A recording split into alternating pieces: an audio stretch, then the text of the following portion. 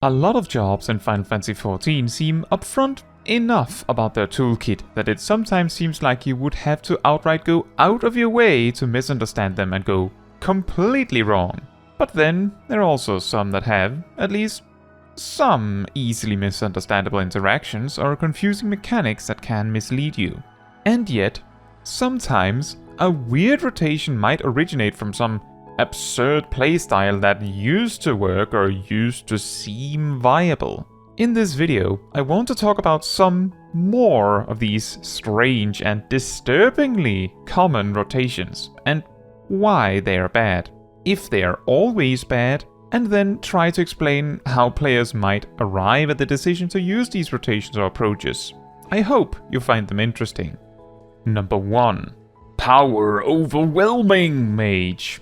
A red mage that made the astute observation that out of all of your spammable spells, the Thunder 2 and the Arrow 2 are the two that generate the most mana per cast, and then possibly immediately ignored the potency differences completely after that. The idea of this rotation is simply to use the Thunder 2 and the Arrow 2 on a single target, which is a massive damage loss due to how weak these spells are compared to your alternatives. However, part of what could make this idea make sense when initially picking up Red Mage is that Jolt starts at a rather pathetic 170 potency, and the Thunder 2 and the Arrow 2 starts at 100 potency. With Jolt generating a combined 4 mana and the AoE options generating 7, you are choosing between doing 70% more damage or generating 75% more mana. However, if for a moment we ignore all the extra fluff of you could use the Thunder or the Arrow 1, and you could use the procs from those, and focus on these weak spells for a moment, it would take 25 Jolt casts to access a melee combo, and that would take 62.5 seconds. Add in a melee combo and you have a combined 5230 potency over 67.7 seconds, or around 77 potency per second. Alternatively, you would need a combined average of around 14.29 the Thunder 2s and the Arrow 2s to afford a melee combo, which would take 35.71 seconds. Add in the melee combo and we have a combined 2408.6 potency over 41 seconds, or around 58.87 potency per second. In other words, using these AoE spells for their ability to generate mana faster would be a nearly 24% DPS loss, if we assume you don't even bother using the stronger spells. Obviously, if you used the stronger spells on the dual casts, both of these results would look a lot better, but the main important observation here is that despite the increased mana generation on a single target of the AoE options, it is actually a damage loss, and a substantial one. And while the melee combo is extended, and so also stronger, at higher levels, Jolt would also upgrade to Jolt 2, which is much stronger, making the previous power difference I mentioned even greater. So, is there any time where it would actually be beneficial to use the AoE options with the aim of generating extra mana?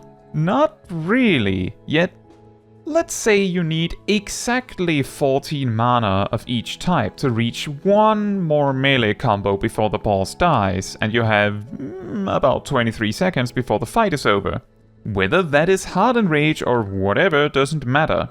If this were the case, doing the Arrow 2, the Thunder 2 twice, and then the full melee combo might be superior to, for example, doing 3 regular dual cast combos and then getting interrupted mid-melee combo.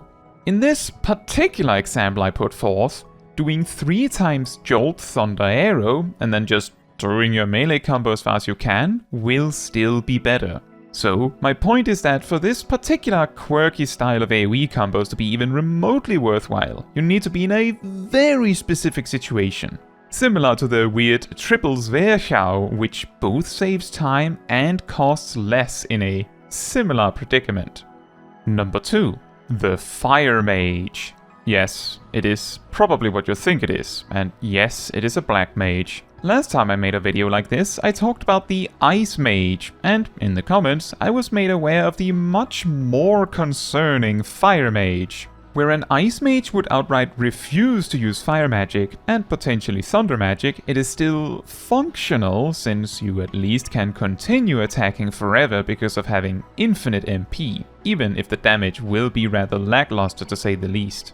Now, a Fire Mage would be exclusively using Fire Magic, and I'm sure you don't even need to have tried Black Mage to know why this is a problem. A Black Mage that only wants to use Fire Magic, assuming low level, will come out swinging with like 6 or so Fire 1s and then nothing. After that, you'd have to wait out the Astral Fire and then stand there until you either have enough MP to cast one Fire 1 or wait until you have full MP for another barrage. To be clear, in combat, this would take 15 seconds from the Astral Fire and then 2.5 minutes to recover full MP. So in lower level ranges, you would essentially just not do anything anymore for the rest of the fight once fizzled out. Is there any situation where this isn't a terrible idea? No, Lamau, there is no situation where it would be a good idea to exclude Ice Magic from a Black Mage entirely. The only exception is that, under most circumstances, it isn't a bad idea to lead with Fire Magic in combat, and at lower level, sometimes, if you do lead with Fire Magic, you might not actually manage to run out of MP before the fight is over. So if you just make diligent use of Transpose, it could work. But don't ever actually play pure Fire Mage like that, please. Naturally, the way someone would come up with a rotation like this would be to pick up the game, choose to be a mage, and then go, I want to be a Fire Mage, without realizing that it simply doesn't work that way. Number 3. The 1, 2, 3, 4 Mage. This one, of course, gradually upgrades and doesn't really make any sense if you read any of the Black Mage tooltips. I'm sure you already know what this implies. The rotation is to cast Fire 1, Fire 2, Fire 3, Fire 4, then Transpose, hopefully, and then Blizzard 1, Blizzard 2, Blizzard 3, Blizzard 4. I have no idea how you'd come up with that, but apparently, based on the comments previously, this is a thing.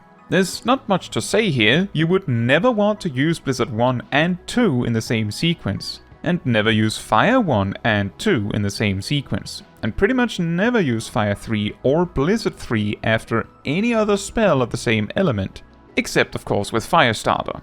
Similar to the Fire Mage, this is so off track that there is no argument to be made that this would ever be a good idea. However, it is reasonably possible that someone who does this rotation may have come from maybe playing a melee DPS before this and simply assuming that it is a 1, 2, 3, 4 combo. This could make sense from the perspective of, say, I don't know, Dragoon.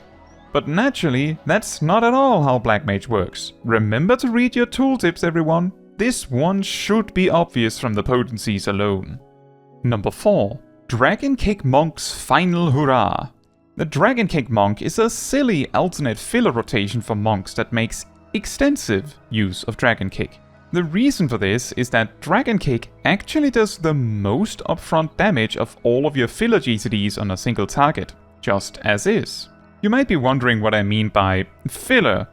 Simply put, you would still be using Perfect Balance and other damage buffs on time, and not doing so would make this rotation incapable of competing with a proper rotation at all. Now, this rotation is actually a bit more complex than the prior rotations in the video. The general idea is 5 Dragon Kicks, Twin Snakes, Demolish, Repeat, with every second set finishing with Bootshine after Demolish, replacing 1 Dragon Kick. This, of course, cuts short Demolish by 1 or 2 ticks depending on timing. Now, as a filler rotation, this means that Dragon Kick mainly competes with the classic 18-step looping rotation. So, what is the difference between the two? Well, the full loop of the Dragon Kick rotation would average around 4,710 potency and would take 14 GCDs. This averages 336.43 potency per GCD. The full loop of the 18th step adds up to 5,970 potency and averages 331.67 potency per GCD. Now, you might be quick to jump to conclusions here. Wait, that means Dragon Kick is better, right? Not quite. A notable thing to keep in mind here is that the normal loop has 3 boot shines, where Dragon Kick has 1. On average, the fact that boot shine guarantees a critical hit means that more boot shines equates to a higher average damage. Something that is worth mentioning for the Dragon Kick believers is that, technically, if you are not benefiting from a crit chance increasing buff, then Dragon Kick actually critically hits for more damage than boot shine. So if you were lucky enough, then Dragon Kick spam would legitimately be stronger.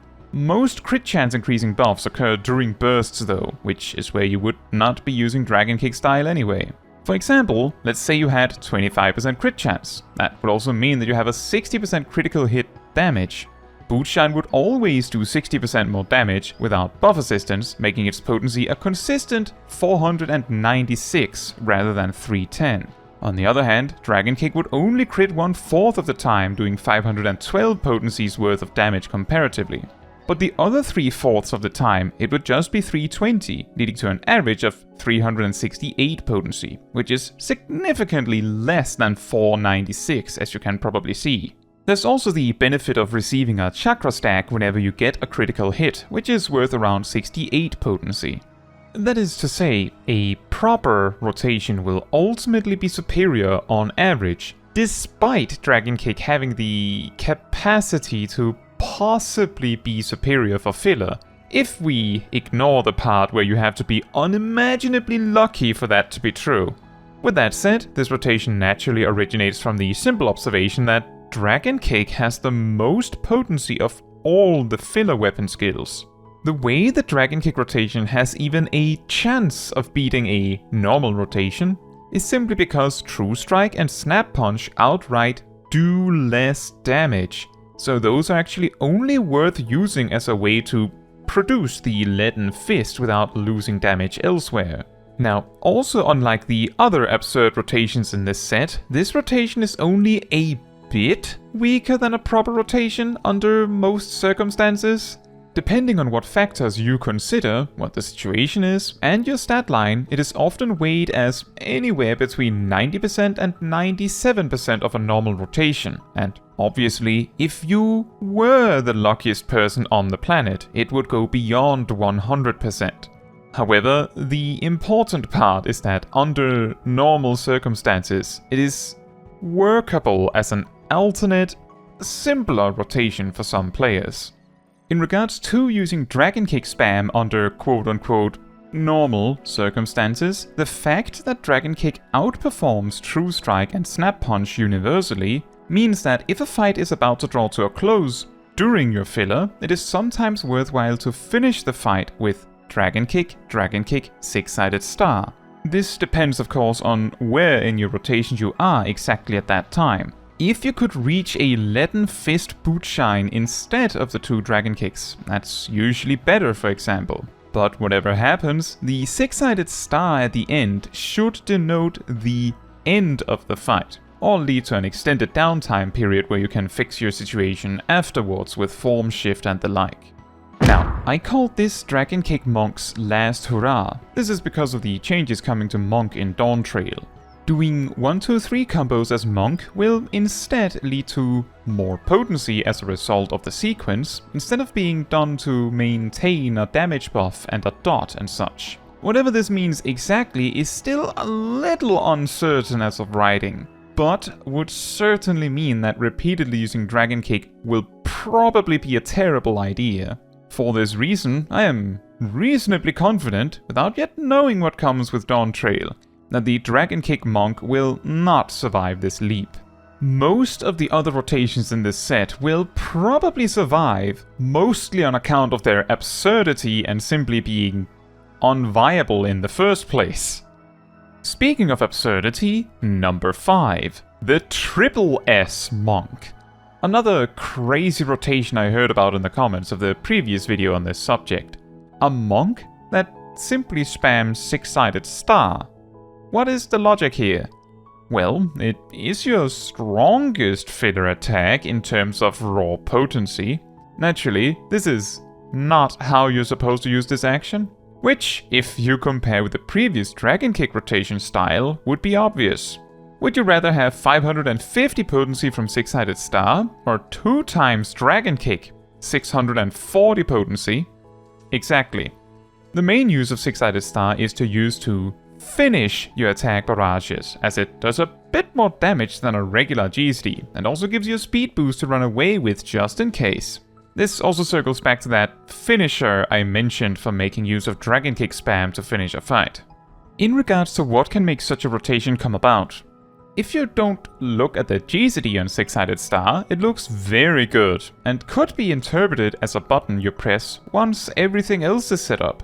But looking at the other options, you have plenty of actions meant to be used when you have your setup done, notably things like True Strike and Snap Punch for filler. Another way to interpret a monk rotation that involves regular use of six-sided star is the observation that a 4-second GSD would make space to weave at least 4 OGSDs, which could be handy, but is entirely unnecessary under most normal circumstances. It is possible under certain latency issues that it could be worthwhile, I cannot say. Essentially, under normal circumstances, you have plenty of space for your OGSDs in the opener and burst without quadruple weaving with six-sided star. And finally, number 6, Disembowel Dragoon. Yet another one you made me aware of in the comments. In short, a Disembowel Dragoon simply doesn't acknowledge that the Heaven's Thrust combo exists. Instead of doing the Chaotic Spring 5-step combo and then the Heaven's Thrust 5-step combo, you just repeatedly do the Chaotic Spring combo forever.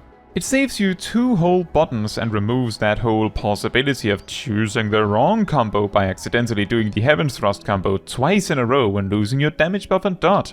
However, the cost of this is a combined 210 potency loss from using Disembowel when you could have used Vorpal Thrust, and using Chaotic Spring when you could have used Heaven's Thrust. Furthermore, given that Heaven's Thrust is by far your best spender of Life Surge, you would have to spend these on Fang and Claw every time, which would be 80 potency weaker, which, considering crit damage values, averages a loss of around 40 potencies worth of damage from every Life Surge that would have been used with Heaven's Thrust in a normal rotation.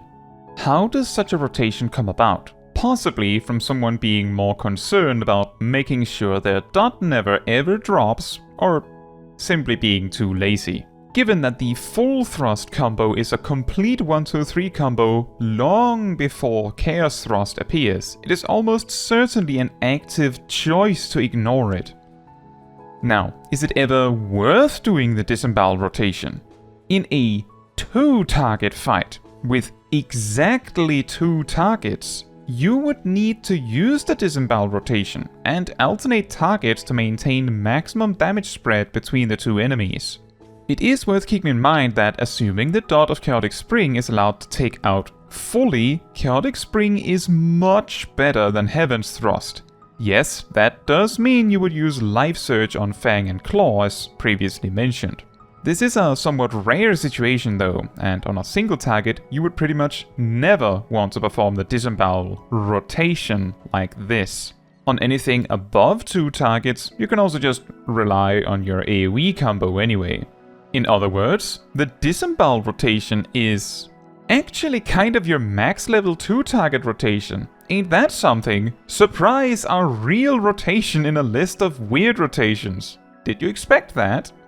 Now, have you heard of some other janky rotation that made your jaw drop? I would love to hear about them in the comments, even if with the release of Dawntrail they might quickly no longer exist or stop being reproducible.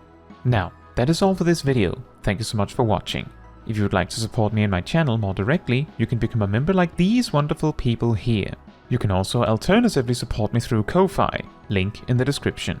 You can also support the channel by letting the YouTube algorithm know by liking the video, leaving a comment, subscribing, sharing, and hitting the bell to get notified when next I post a video. Fun fact, before Shadowbringers, Dragoon maintained their damage buff with a single attack called Heavy Thrust, which was separate from the two combos. Instead, Disembowel applied a piercing resistance down debuff to the target, which Dragoon itself and Bard and Machinist relied on for maximum damage. Similarly, Monk's Dragon Kick used to apply a similar blunt resistance down debuff. However, while White Mage, Black Mage, Summoner, and Scholar all do blunt damage, I feel it is a bit silly to say they relied on it for their damage.